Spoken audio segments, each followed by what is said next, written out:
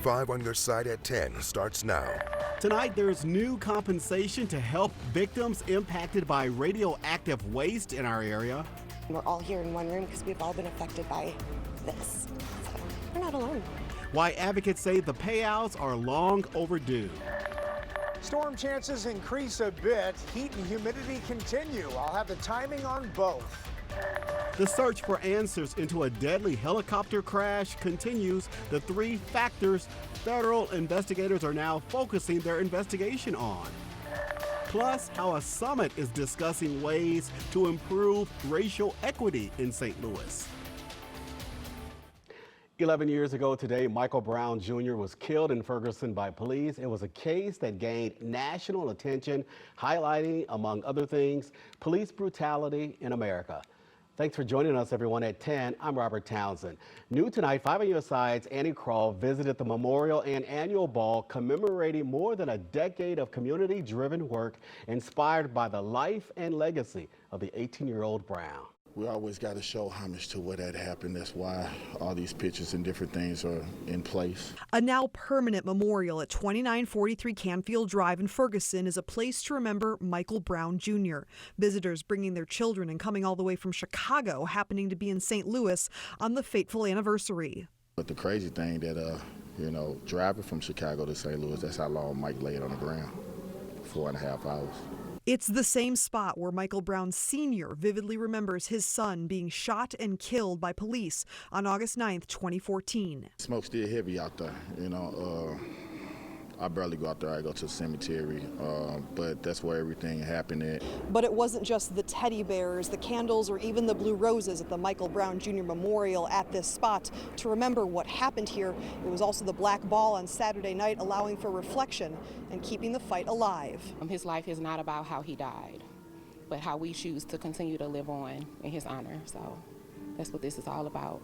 The 2025 Black Ball, Building a Legacy, is an annual benefit for the Michael Brown Sr. Chosen for Change organization, continuing to work on a community center in Michael Brown Jr.'s honor with a groundbreaking hopefully in a year at a still-to-be-disclosed location. So we are looking in the millions of dollars, for this to be long ball and really get all of the economic development features, the youth development features that we want. Since 2014, Chosen for Change has evolved into a powerful force for healing justice and youth empowerment. Although there has been great strides, there is still work to do. And so we strap our boots up and we do the work through the Michael Brown Sr. Chosen for Change organization. We service fathers and families who are processing the unthinkable all over the country. The organization offers support to families impacted by gun violence and trauma. It also creates opportunities for youth leadership and community safety, going hand in hand with accountability. Annie Krall, 5 on Your Side. Annie, thank you for that. Organizers are hoping to raise at least $50,000 tonight. 2 benches are also on their way for the Michael Brown Jr. Memorial site to allow people to sit and reflect for generations to come. Today, an organization created following the unrest after Michael Brown's death held its biennial Racial Equity Summit. The group, Forward Through Ferguson, hosted the 2-day event as a chance for advocates to discuss how to make St. Louis a more racially equitable place. This year's summit theme was Unflinching, a Call to Action. The event also included individual presentations, several workshops, and panel discussions. The National Transportation Safety Board is providing new details about its investigation into Thursday's deadly helicopter crash. Today, the agency was expected to wrap up its work at the scene of the crash. So far, crews have surveyed the crash site, removed the helicopter wreckage from the river, and began examining it. Investigators now plan to focus their investigation on 3 factors: the pilot, the helicopter, and the environment. The NTSB plans to release a preliminary report within 30 days. A final report on the crash is expected by August of 2027 at the latest. The NTSB is also asking any witnesses who saw or took video of the crash to contact them by email at witness@ntsb.gov. Let's check in now with weather impact meteorologist Jim Castillo, who's tracking more heat and chances for storms. Hey, Jim. Yeah, good to see you, Robert. So that full sturgeon moon tonight, Energizer Park, good energy with that big win, St. Louis City SC. And earlier tonight, we had some rough weather just north of the viewing area, Shelby County here. That storm became tornadic, and the Weather Service says that Leonard, Missouri and Shelby County did get hit by a tornado. They're going to send a crew up there the survey crew, as they head into probably Monday on this to check the damage up there. But that storm rapidly dissipated. It did hit Quincy as a severe storm with some strong wind gusts there. And we're just watching the next couple of days and mainly north and west of us for any severe weather. But more on that coming up in Maine weather. It's 85 right now with that heat index of 89. More heat on the way also. Robert? All right, Jim, thanks. Tonight, St. Louis police are investigating a deadly double shooting. Police were called to Gasconade Street and South Grand around 2:30 this afternoon. They say one woman died at the scene. A second victim was grazed by a bullet. Police took a suspect who's believed to be linked to the shooting into custody. No word yet on if that person is facing any charges tonight.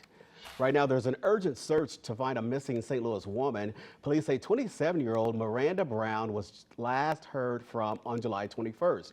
On that day, Brown was on the phone with a family member when she said a random man was following her. No one has talked to her since. That family member told police they tried calling Brown back, but a man answered the phone and said, quote, they had the wrong number. Anyone who may have seen Miranda Brown should call police. Tonight, victims impacted by radioactive waste in Coldwater Creek are one step closer to receiving compensation. The Radiation Exposure Compensation Act, or RECA, application is officially open.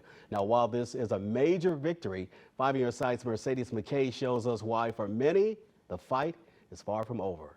This is a very touchy subject for us. It's very personal. 1 year ago, Sally Levine found out she had thyroid and renal cancer, a diagnosis that came after her brother's battle.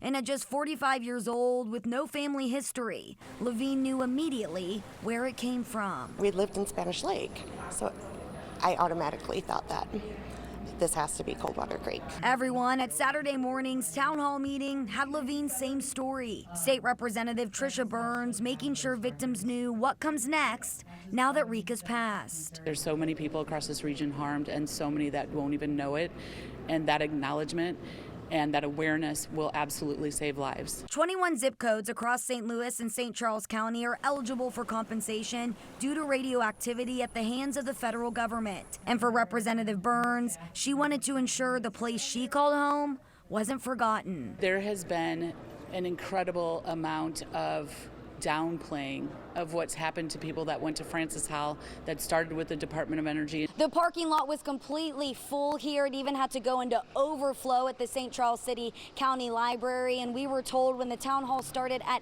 10 a.m. it was standing room only. People were even sitting on the floor. It just shows how this has impacted our entire community. That was emotional, just the walk here. You know, knowing that everybody in there has been affected by this. So we're all bonded in one way or another. A bond brought together by pain and change. We have put legislation in place. We are going to keep working to protect this community at the state too. While nothing will undo what these victims went through and who they lost along the way, they're looking toward better days. I can't even tell you how much happened in the last year. And knowing that there's going to be a brighter future, it feels really good. Mercedes McKay, 5 on Your Side. Mercedes, thanks for your report. Just Moms STL says they're standing by to help people who need help printing the application. The online version won't be available until later this year. We have attached the application to this story on KSDK.com. You can look for it under the As Seen on TV section. Tonight, the fight over redistricting efforts in Texas is intensifying. We're never giving up, and we're never bending the knee. Are you with me? We're going to be able to get all of the business done. It's just a matter of when. Heat and humidity continue, plus I'll time out any storm chances over the next few days. A night to remember for one of KSDK's very own. 2025 NAVJ Chuck Stone Lifetime Achievement Award recipient, Art Holiday.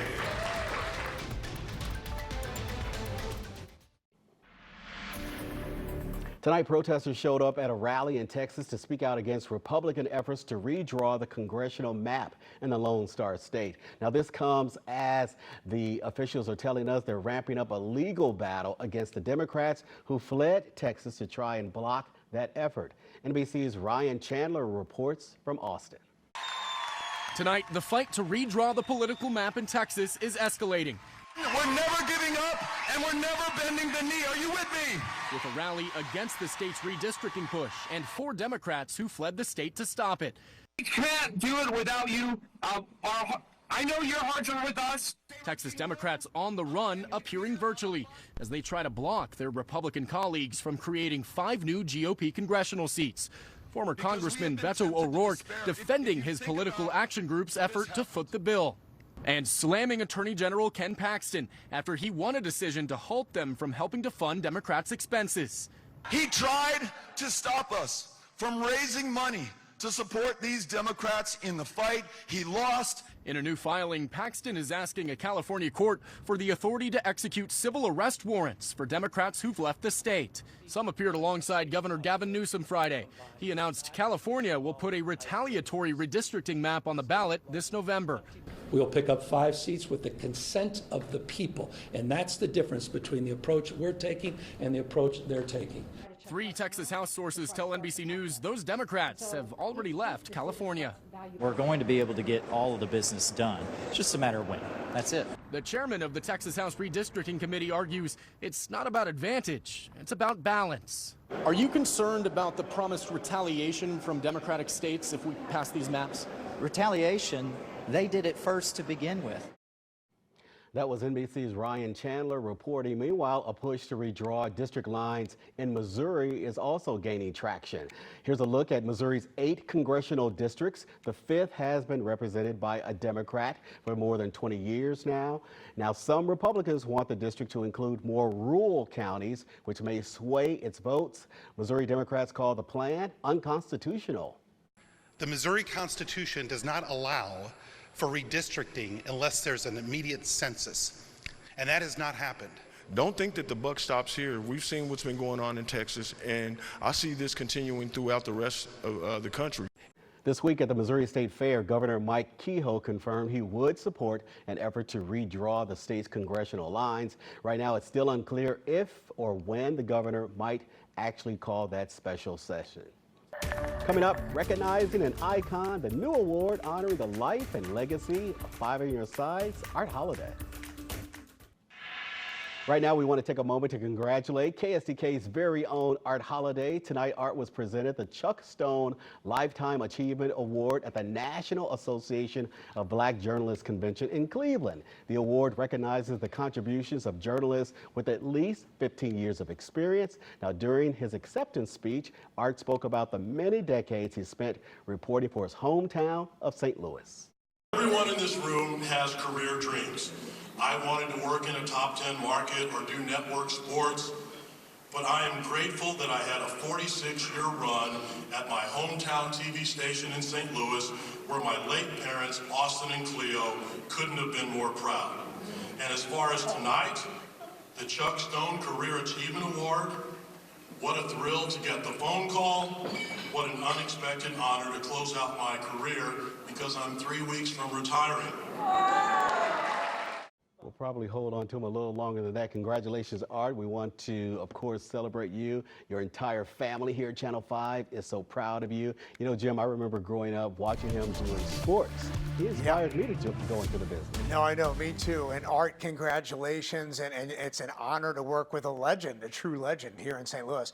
Yeah, I remember him when I was just little, and now you and I are both older. I'll just say that. We're older. Yeah. We're getting there. Yeah. We're getting close to retirement. And he's still going. Yeah, he's a true inspiration. What a trailblazer. Yeah, he As really for the is. heat now, those dog days of summer, not letting go just yet, huh? Yeah, well, today was 95. Yesterday was 95. Tomorrow about 93. But boy, that dew point just doesn't give up. And we'll give this to Art as a gift. You know, that beautiful full sturgeon moon. Paul sent this in from Washington, Missouri last night. It is still full, and here's a live look at it. There's the arch right there, and there's the moon. Just incredible energy coming off of that.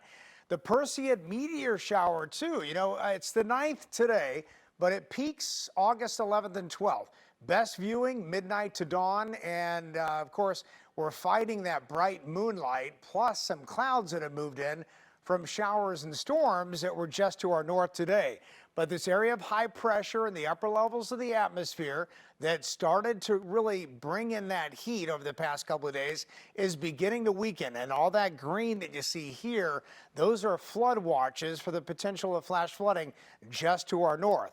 So we're in this kind of hot area still tonight. And like Robert was saying, you know, that humidity's high. It still feels like 90 out there, even at this hour. And you can see these storms just to the north. This one went severe, and that was through Shelby County, where a tornado likely hit Leonard, Missouri, population of about 50+ people. So the Weather Service is going to send a survey team out there on Monday to check out the damage there and see how large that tornado was. Then it moved into Quincy and was still severe, and then dissipated quickly after that. So we're watching any of this activity to the north of us, outflow boundaries that move in. There is a front that eventually moves our way as we get into Tuesday, and we watch that upper level wind support, which is just to the north of us, where that severe storm hit in Shelby County. So where you get that upper level wind support, you have that severe weather more likely. So tomorrow, that severe weather chance is a low level 1 marginal risk just to the west of St. Louis. So we'll watch that. High wind gusts, the bigger threat. It doesn't look like a tornado threat or a large hail threat, but we'll keep our eyes on it. 7-day forecast looks like this. Temperatures in the lower 90s instead of mid 90s. So a little bit of an improvement over the next few days, and that chance of storms, whether that's a daytime and evening or even nocturnally at night, we just have to watch that all the way through midweek. All right, Jim, thanks. Yeah. Corey's here now with what's coming up in sports. Well, Robert, one of our teams had an amazing night. The other one had a terrible night. Let's take a look at the good and the bad coming up in sports.